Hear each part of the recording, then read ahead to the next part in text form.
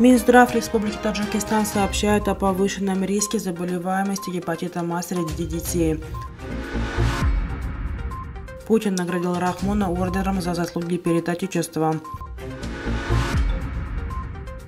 МИД России назвало фейком письмо Медведева к ОДКБ о военной помощи.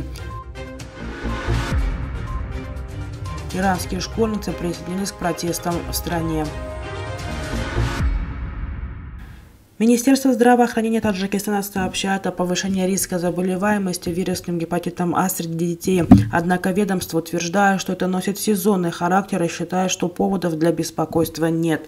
Как заявил начальник управления санитарно-эпидемиологической безопасности, чрезвычайных ситуаций и неотложной медицинской помощи Министерства здравоохранения и социальной защиты населения республики Навруз Джафаров, сейчас среди детей от 3 до 14 лет, посещающих школы и детские сады, могут фиксироваться случаи заражения гепатитом А. По его словам, это сезонное заболевание. Заражение происходит в основном через загрязненные продукты питания и воду, и по этой причине существует высокий риск среди детей, которые ходят в детский сад и школу, говорит он. Он также отметил, что в 2022 году эпидемия этой болезни в стране не ожидается, и сообщил, что детей в Таджикистане от гепатита А не вакцинируют, так как к ней прибегают только по эпидемическим показаниям. Президент России Владимир Путин наградил президента Таджикистана Эмомали Рахмона ордером за заслуги перед Отечеством третьей степени. Соответствующий указ опубликован на официальном интернет-портале правовой информации Российской Федерации. За большой личный вклад в укрепление отношений стратегического партнерства и союзничества между Российской Федерацией и Республикой Таджикистан, а также в обеспечении региональной стабильности и безопасности наградит ордером за заслуги перед Отечеством третьей степени Рахмона Эмомали, президента Республики Таджикистан, говорится в документе. Сегодня, 5 октября, Рахмон отметит свой 70-летний юбилей.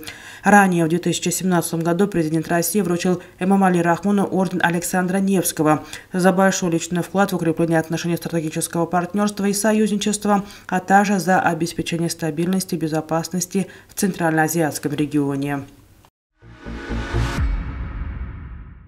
МИД России назвал подделкой появившееся в сети письмо заместителя председателя Совета безопасности Российской Федерации Дмитрия Медведева генеральному секретарю ОДКБ. На появившейся в соцсетях фотографии представлено письмо, где якобы от имени Медведева содержится просьба государствам ОДКБ о военной помощи.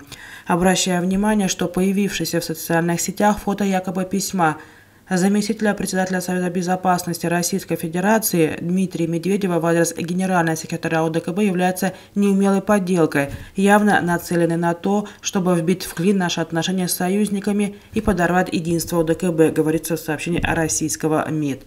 В ведомстве отметили, что штрих-код письма взят из другого имеющегося в открытом доступе документа, адресованного ректору МГУ МИД России, а собственного такого исходящего номера письма вообще не существует. Также должность заместителя председателя Совета безопасности Российской Федерации не относится к аппарату Совета безопасности, и использованный некорректный бланк письма выдает подделку. Хотели бы уверить всех инициаторов подобной провокации, что военного потенциала России достаточно не только для гарантированного обеспечения безопасности граждан и территории России, но и ее союзников по ОДКБ, заявили в МИД Российской Федерации.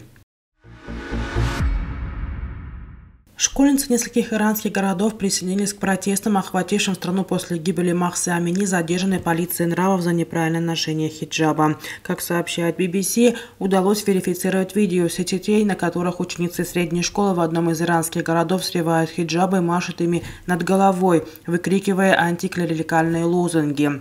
Это примерно те же лозунги, под которыми в последние 2 недели выступают протестующие на улицах городов Ирана. В понедельник в соцсетях появилось видео из города Кередж, который находится недалеко от Тегерана. Девочки без хиджабов на нем выгоняют из школы мужчину, по всей видимости, местного чиновника. На видео они кричат «Позор вам!» и кидают мужчину пустые пластиковые бутылки, пока тот не убегает. На другом видео из Кереджа, тоже из школы, ученики выкрикивают «Если мы не сплотимся, нас убьют по одной». В Ширазе, на юге Ирана, в понедельник десятки школьниц перекрыли одну из главных улиц, тоже размахивая хиджабами и выкрикивая «Смерть диктатору». Очевидно, это слова в адрес верховного лидера Ирана Аятолла Али Хаминеи, который принимает все окончательные политические решения в стране. Также сообщается о протестах школьниц во вторник в Тегеране и в курдских городах Секкезе и Сененджи. Некоторые школьницы фотографировались без хиджабов, другие показывали средний палец с портретом двух иранских аятолл Хаминеи и Хомейни. Протесты школьниц начались через несколько часов после выступления аятолла Хаминеи, назвавшего протесты беспорядками, обвинивших в них Израиль и США. Он также поддержал силовиков, пытающихся силой подавить протесты.